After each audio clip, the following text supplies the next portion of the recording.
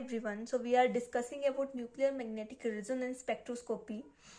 So in last lecture हमने इसका basic principle and selection rule discuss कर लिया था, जिसमें हमने देखा था कि अगर हम बेसिक रूल की बात करें तो एक मॉलिक्यूल है, यहाँ आप अपनी स्क्रीन पे देख सकते हो कि हमने एक मॉलिक्यूल लिया था एंड देन उसके ऊपर हमने रेडियो वेव्स जो हैं वो जब डाली तो वहाँ पे कुछ अब इंटरेक्शन हुई है दो चीज़ों की, तो कुछ ना कुछ तो चेंज आएगा। तो वहाँ पे क्या होता है, ये जो इंटरेक्शन इन दोनों में हो रही है वो इफेक्ट करती है आपके न्यूक्लियर स्पिन को, ठीक है।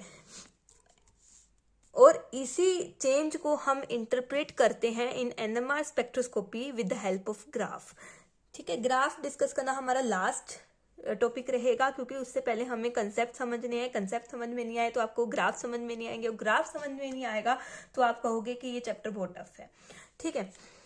उसके बाद हमने देखा था कि न्यूक्लियस जो है वो चार्ज पार्टिकल है, तो वो अपने एक्सिस में जब स्पिन करेगा तो वो एक मैग्नेटिक फील्ड जनरेट करेगा, ठीक है। मैग्नेटिक फील्ड जनरेट करने के कारण हमने कहा था कि nucleus behave as a tiny magnet, ठीक है। टाइनी मैग्नेट की तरह वो एक्ट करता है। उसके बाद जब हमने सिलेक्शन रूल की बात करी थी तो हमने न्यूक्लियर स्पिन क्वांटम नंबर के बारे में डिस्कस किया था। तो न्यूक्लियर स्पिन क्वांटम नंबर को कैपिटल आई से डेजिग्नेट करते हैं। उसकी वैल्यू बताती है कि कौन सा न्यूक्लियस जो है वो एनएमआर एक्टिव है एंड कौन सा एनएमआर इनएक्टिव है। बोलने की बात यही है कि साइंटिस्ट ने डिफरेंट न्यूक्लियाई को स्टडी करा, उनकी आई वैल्यू को निकाला and then they after observing they conclude the selection rule. तो कुछ जिन न्यूक्लियाई का आई की वैल्यू 0 आई थी उनमें मतलब कोई स्पिन प्रेजेंट नहीं था। अब हम इसमें स्पिन से ही खेला खेल रहे हैं। देखो, हम स्पिन से ही, हमने इसमें न्यूक्लियर स्पिन से ही खेला खेलना है। तो अब जब आई की वैल्यू ही 0 है तो वहां वो एनएमआर इनएक्टिव होगा, मतलब उसमें कोई स्पिन नहीं है, ठीक है। जब आई की वैल्यू नॉट इक्वल टू 0, मतलब कुछ ना कुछ उसमें स्पिन की वैल्यू है, then those nuclei are spin active. अब उन्होंने जब इतने न्यूक्लियाई को स्टडी किया, then after observing those nuclei उन्होंने देखा कि जिन न्यूक्लियाई का atomic number and mass number दोनों इवन है तो उनका स्पिन 0 आता है। तो उनके एग्जाम्पल ये रहे। एंड जब आपका मास नंबर ओड रहेगा, इन एटॉमिक नंबर आपका इवन ओड कुछ भी हो सकता है, देन उसमें जो आपकी स्पिन की कुछ ना कुछ वैल्यू आएगी एंड वो हाफ के मल्टीपल में आएगी, हाफ, 3/2, 5/2, 7/2, इस तरह से। एंड उसके एग्जाम्पल 1H1 C613। तो ये हम मोस्ट कॉमनली अपने एनएमआर स्पेक्ट्रोस्कोपी हम इसी 1H1 की एंड C613 की ही पढ़ते हैं, ठीक है। ओड का देखें, जब एटॉमिक नंबर ओड है, मास नंबर इवन आ रहा है, देन आपके पास आई की वैल्यू या 0 तो नहीं होगी, कुछ ना कुछ वैल्यू आएगी एंड वो 1 के मल्टीपल आएगी। तो इसमें एग्जांपल आता है नाइट्रोजन का, नाइट्रोजन 714। उसके बाद हमने देखा था कि अगर हमें स्पिन स्टेट्स के बारे में बताना पड़ जाए कि कितनी स्पिन स्टेट्स हैं, कौन कौन सी हो सकती हैं, तो आई की जो वैल्यूज हैं स्पिन स्टेट्स को बताने के लिए वो इसमें फिट आएंगी, इस आपकी सीक्वेंस में फिट आएंगी, प्लस आई से माइनस आई के बीच में, ठीक है, इस सीक्वेंस में। उसके बाद आपको ये क्वेश्चन आ सकता है टू कैलकुलेट स्पिन स्टेट। तो नंबर ऑफ स्पिन स्टेट्स को निकालने के लिए हमारे पास ये फॉर्मूला है 2ni+1। एंड हमने जहां पे n हमने बोला था नंबर ऑफ न्यूक्लियाई, कितनी न्यूक्लियाई आपको दी हुई हैं, और हमने 1H1 के लिए spin number off spin states निकाल ली थी। और C613 के लिए मैंने बोला था कि आप निकाल के रखना। चलो अब मैं वो आगे कर देती हूँ। नेक्स्ट हम C6 मतलब क्वेश्चन इस तरह से आ सकता है, find number off spin states for C613, ठीक है, इस तरह से। और आपको आई की वैल्यू दे सकते हैं हाफ, ठीक है, ये गिवन होती है। तो आपको पता है, आपने फॉर्मूला तो देख ही लिया है, ठीक है। फॉर्मूला इसमें आ जाता है नंबर ऑफ स्पिन स्टेट्स। जब तक मैं धीरे धीरे निकाल रही हूँ तो आप निकाल के रख सकते हो, ठीक है। जिसने निकाला है वो चेक कर सकते हैं साथ साथ में, ठीक है। नंबर ऑफ स्पिन स्टेट्स तो 2ni+1 इसका फॉर्मूला था। 2n की वैल्यू यहाँ पे एक ही न्यूक्लियाई दिया हुआ है तो 1, एंड आई की वैल्यू गिवन है हाफ +1। अगेन ये कैलकुलेट करके आपके पास 2 स्पिन स्टेट्स आएंगे, ठीक है।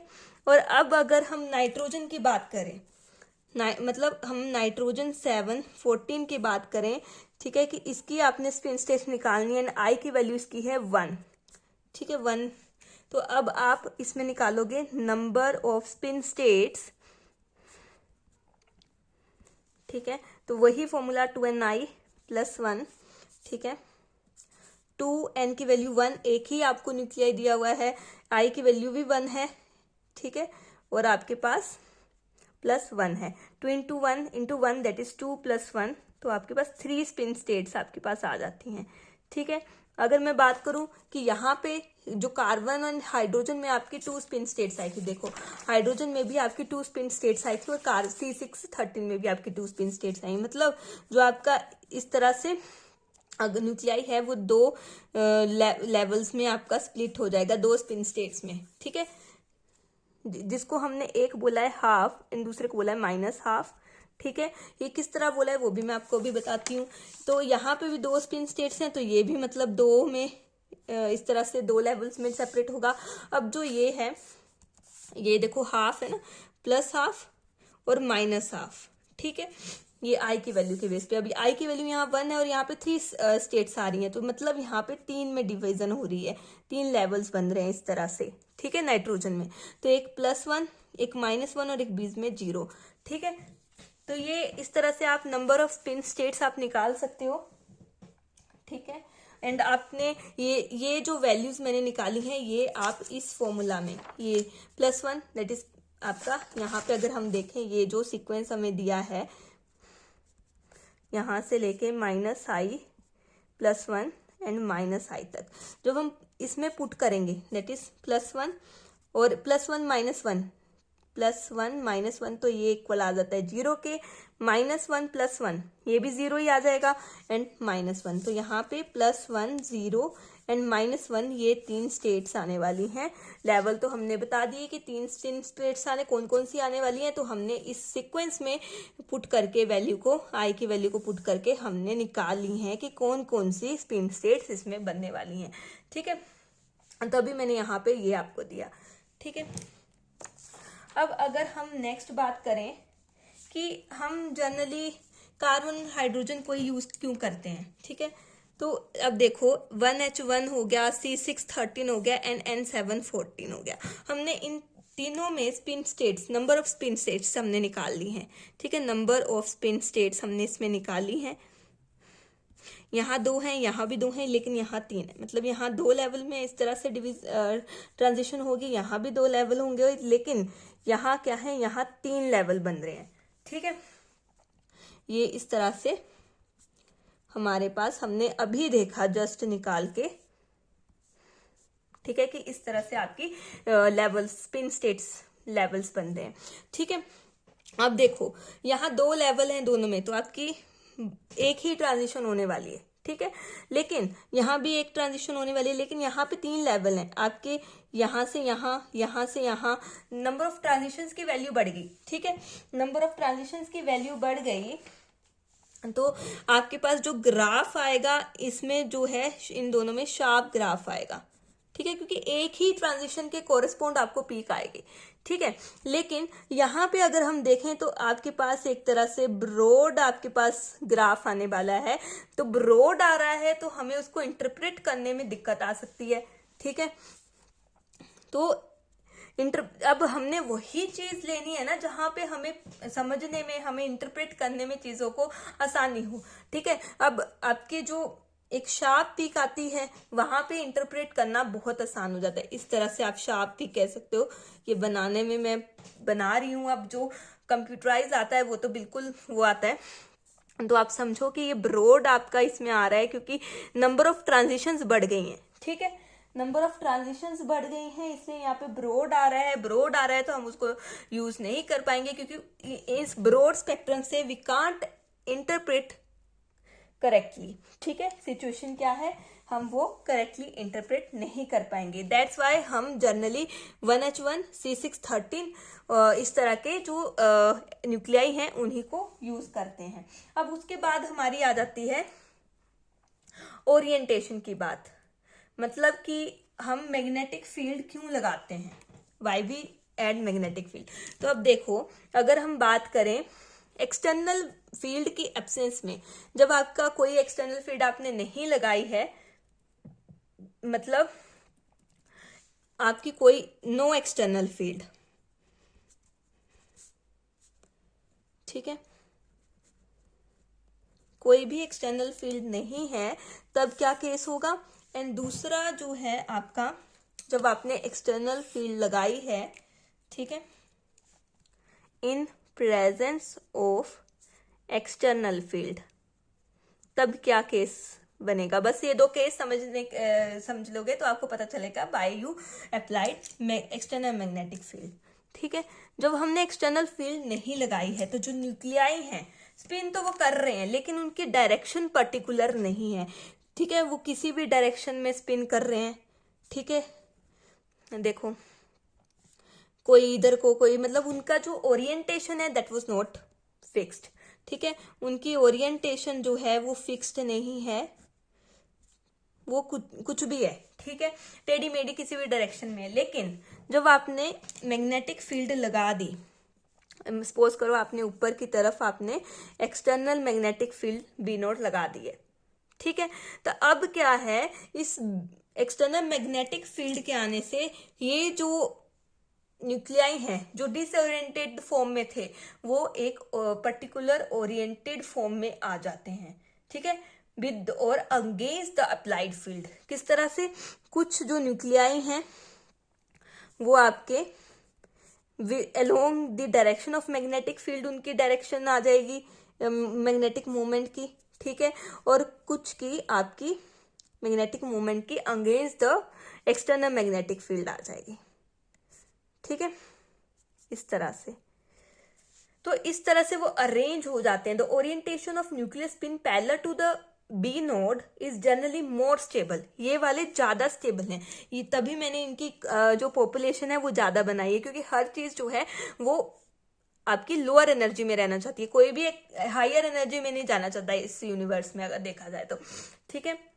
तो जो बी नोड के डायरेक्शन में होंगे, parallel to the B naught होंगे, तो वो मोर स्टेबल होंगे by the small amount of energy, ठीक है। तो आपके पास अगर हम बात करें, हमने इधर को क्या किया है, एनर्जी हमने दी है, ठीक है, इधर को एनर्जी आपकी बढ़ रही है, तो आपके पास दो लेवल्स इसके बन जाते हैं, ठीक है।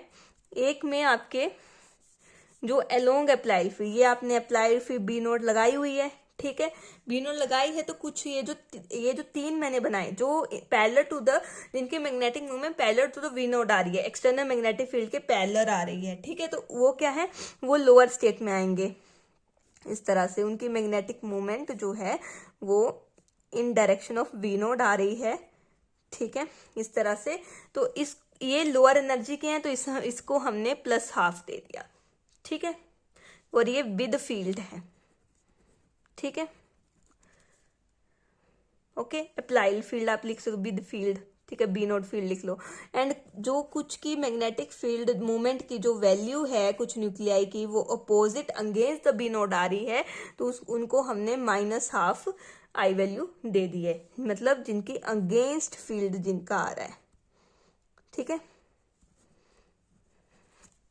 तो यहाँ पे क्या है, यहाँ पे नो फील्ड है, जैसे ही हमने फील्ड लगाई तो ये आपके दो तरह से ओरिएंटेशन हो गई अलोंग द एंड अगेन, मतलब ओरिएंटेशन जो है वो दो ओरिएंटेशंस में आ गई आपकी। कुछ मॉलिक्यूल जो है अप्लाइड फील्ड के पैरेलल मैग्नेटिक मूवमेंट शो करने लगे, एंड कुछ जो है उसके अगेंस्ट शो करने लगे। तो ये थी आपकी orientation of nuclear spin in presence and absence of uniform magnetic field, ठीक है। अब हम यहां से यहां ट्रांजिशन होगी, ठीक है, ये आपकी यहां से यहां जो ट्रांजिशन होगी वही इंटरप्रिटेशन जो है हम NMR में करते हैं, ठीक है। अब हम आगे अगर हम चलें तो most important topic that is, जो हमने कहा था कि न्यूक्लियर मैग्नेटिक रेजोनेंस में हमने ये भी देख लिया कि न्यूक्लियस न्यूक्लियर कहाँ से आया कि हमें न्यूक्लियर स्पिन से काम करना है। मैग्नेट कहाँ से आया कि एक्सटर्नल मैग्नेटिक फील्ड हमने लगानी है ताकि हमारे पास 2 लेवल्स बन के आ जाएं, जो अब हमने अभी पढ़ लिया। अब तीसरी चीज जो मैंने बोला था कि रेजोनेंस हम बाद में पढ़ेंगे, तो अब हम रेजोनेंस के बारे में पढ़ने जा रहे हैं, विच इज वेरी इंपॉर्टेंट। ये बहुत इंपॉर्टेंट है कि यहाँ इसको समझना, ठीक है। न्यूक्लियर रेजोनेंस, ठीक है, हम यहाँ पे इसको जो नाम है वो देते हैं, जो है न्यूक्लियर रेजोनेंस का। अब ये क्या बला है जी, ये भी देखो, ठीक है।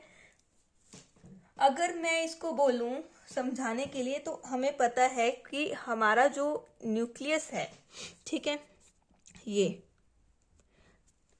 क्या है, ये हमारे पास स्पिन कर रहा है, ठीक है, बिल्कुल स्पिन कर रहा है।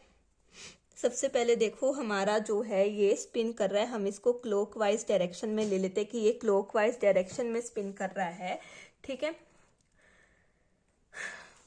ये in absence of external magnetic field आ गया,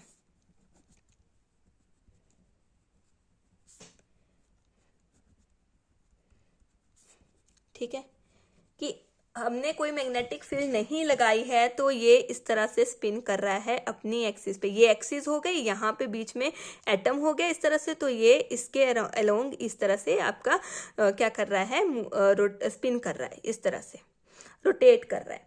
अब क्या होगा, अब हमने यहाँ पे B naught external magnetic field लगा दी, ठीक है, लगा दी, तो अब क्या होगा,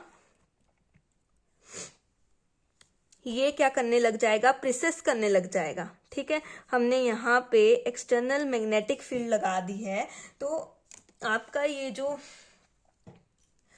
न्यूक्लियस है ये क्या करेगा, जैसे अगर मैं बात करूं कि ये इस तरह से इसकी एक एक्सिस थी जिसके अलोंग ये पहले मूव कर रहा था, तो एक्सटर्नल मैग्नेटिक फील्ड के लगने के बाद ये इस एक्सिस से इधर इस तरह से मूव करने लग जाएगा, ठीक है, मतलब ऐसे तो मूव करेगा, और ये एक्सिस भी इसके अराउंड, इस प्रीवियस एक्सिस के अराउंड रोटेट करेगी किसी फ्रीक्वेंसी से, ठीक है।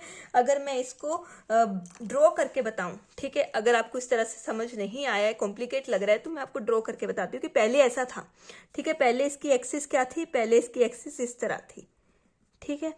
अब क्या किया, ये कुछ एंगल से क्या कर गया, टिल्ट कर गया इस तरह से, प्रीवियस एक्सिस है और अब इसे टिल्ट कर चुकी है, ठीक है, इस तरह से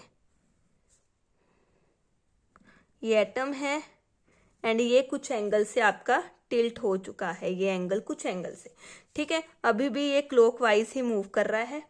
अब लेकिन ये अब एटम तो स्पिन, ये सॉरी न्यूक्लियाई तो अपनी एक्सिस पे स्पिन कर रहा है, जो उसकी ये अब ये न्यूक्लियाई है, लेकिन ये जो अब पूरी अरेंजमेंट बनी, ये एक्सिस और ये भी इस प्रीवियस एक्सिस के अलोंग क्या कर रही है, रोटेट कर रही है इस तरह से, ठीक है। और जिस फ्रीक्वेंसी से रोटेट करती है उसको हमने ओमेगा नाम दिया है, ठीक है, और इसको हम कहते हैं लार्मर्स फ्रीक्वेंसी, ठीक है, समझ गए, इस तरह से। मतलब जैसे ही हमने वी नोड अप्लाई किया तो यहाँ पे क्या हो गया, यहाँ पे प्रिसिजन हो गई ऑफ स्पिनिंग, ठीक है, ड्यू टू वी नोड, जो भी एक्सटर्नल मैग्नेटिक फील्ड, ये वी नोड क्या है, एक्सटर्नल मैग्नेटिक फील्ड है। तो मैंने क्या बोला, मैंने ये बोला कि हमारे पास जो है ये इन absence of external magnetic field आपका ये एक एक्सिस पे स्पिन कर रहा था, ठीक है, ये उसकी एक्सिस है। जब हमने वी नोड एक्सटर्नल फील्ड लगा दी तो ये एक्सिस हमारी प्रीवियस थी, ये उससे थोड़ा सा टिल्ट हो जाता है इस तरह से, और ये इस एक्सिस के अराउंड भी घूमता ही रहता है, ठीक है। और ये अपने उस पे तो न्यूक्लियाई मूव कर ही रहा है, न्यूक्लियर अपनी एक्सिस पे तो स्पिन कर ही रहा है। जैसे आप अर्थ का एग्जांपल ले लो कि अर्थ जो है वो अपनी एक्सिस पे इस तरह से रोटेट कर रही है, बट वो सन के अराउंड भी, आप इस एक्सिस को सन मान लो, ठीक है, लेट इट बी सन, ठीक है। तो ये जो है ये अपनी एक्सिस पे तो रोटेट कर रहा है, और इस एक्सिस जिसको मैंने सन माना, नाम दिया हुआ है, लेट किया हुआ है कि सन है, उसके अराउंड भी रोटेट कर रहा है, ठीक है। और किस फ्रीक्वेंसी से रोटेट कर रहा है? लार्मर फ्रीक्वेंसी से रोटेट कर रहा है, ठीक है। अब इतना आपको कंसेप्ट समझ आ गया। अब हमने क्या किया है, इस जो ये अरेंजमेंट हमारी ये जो बनी है वो मूव कर रहा है, इस पे हमने डाल दिया है अब रेडियो वेव, ठीक है, रेडियो वेव हमने डाल दी है, ठीक है। अब रेडियो वेव डाली है तो क्या होगा,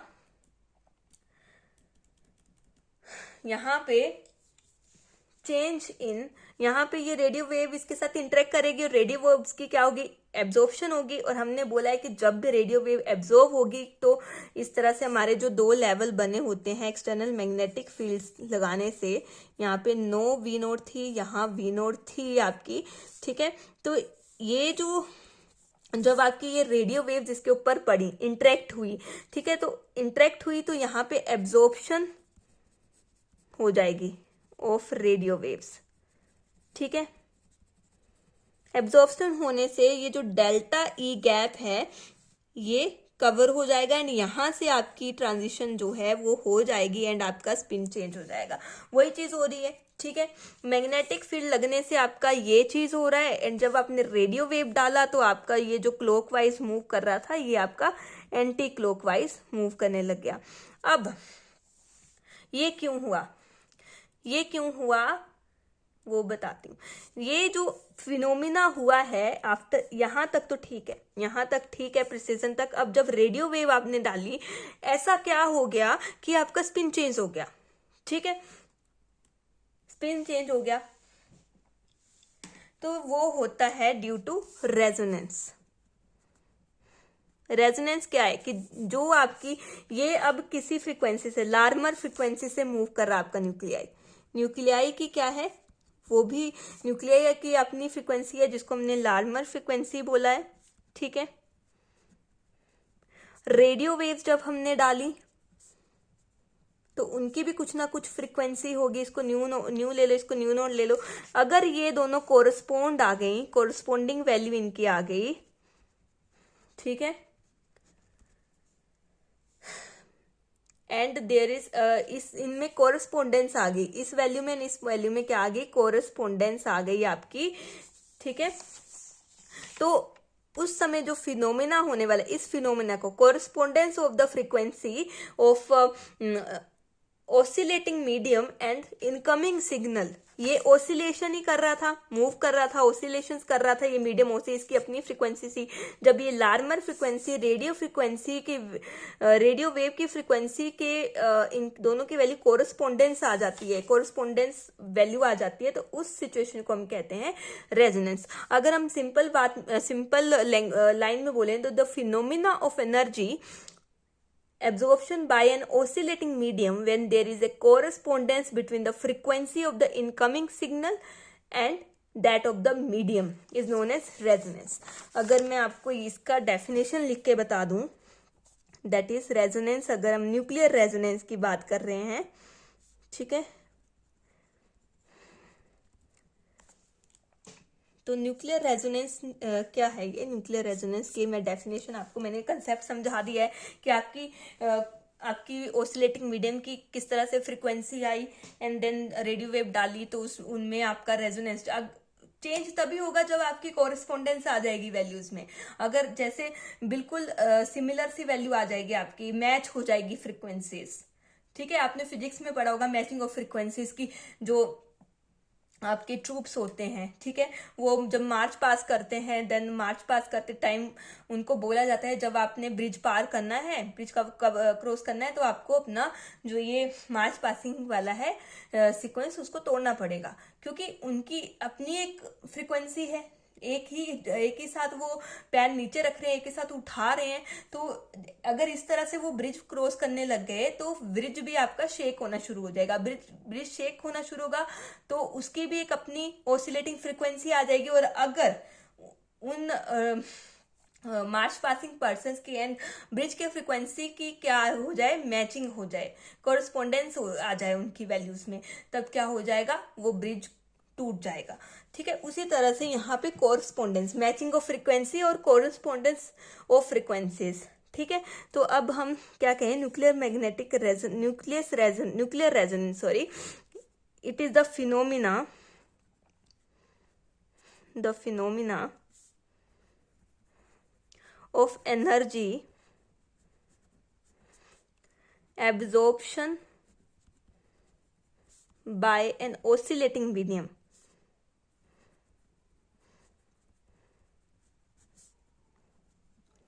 ठीक है, when there is, क्या हो जाएगी, कोरस्पोंडेंस आ जाएगी, कोरस्पोंडेंस, सॉरी मैं अलग उससे लिख देती हूँ, correspondence between the frequency of incoming signal or EM radiation, ठीक है, and that of medium.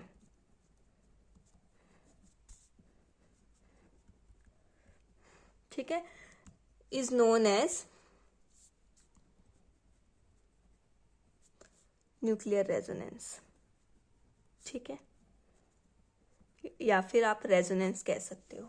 ठीक है, अब किस तरह से ये आपकी कोरस्पोंडेंस आती है वो मैंने आपको समझा दिया कि जब हमने मैग्नेटिक फील्ड नहीं लगाई तब ये इस तरह से स्पिन कर रहा है, और जब हमने एक्सटर्नल मैग्नेटिक फील्ड लगा दी है तो ये कुछ एंगल से प्रोसेस कर जाता है, टेढ़ा हो जाता है। ठीक है, जैसे आपका लट्टू नहीं टेढ़ा घूमता है, ठीक है, आपने सीधा फेंका होता है, सीधा एक एक्सिस से घुमाया होता है उसको, धागे को, एंड देन आप जब उसको खींचते हो तो वो एक टेढ़ा वो घूमता है। इस तरह से लट्टू की तरह आपने देखना है इसको कि वो स्पिन तो कर रहा है लेकिन वो इस तरह से गोल गोल भी घूम रहा है वो। ठीक है, तो ये इस तरह से किस फ्रिक्वेंसी से रोटेट कर रहा है, लार्मर फ्रिक्वेंसी बोला हमने उसको। ठीक है, ओमेगा से। एंड जब हमने इस पे रेडियो वेव डाली और रेडियो वेव की फ्रिक्वेंसी एंड लार्मर फ्रिक्वेंसी अगर कोरस्पोंड मैच हो गई, उनकी वैल्यू कोरस्पोंडिंग वैल्यू आ गई, तो यहाँ पे क्या हो जाएगा, आपका स्पिन चेंज हो जाएगा। ठीक है, ये ऊपर को आ रहा था म्यू की वैल्यू, ये आपकी म्यू की वैल्यू नीचे को आ रही है, तो इसी फिनोमिना को हम क्या कहते हैं, रेजोनेंस कहते हैं। So today this lecture is over here. I hope you understand the concept of nuclear resonance, which is very important topic. Thank you, Vidya.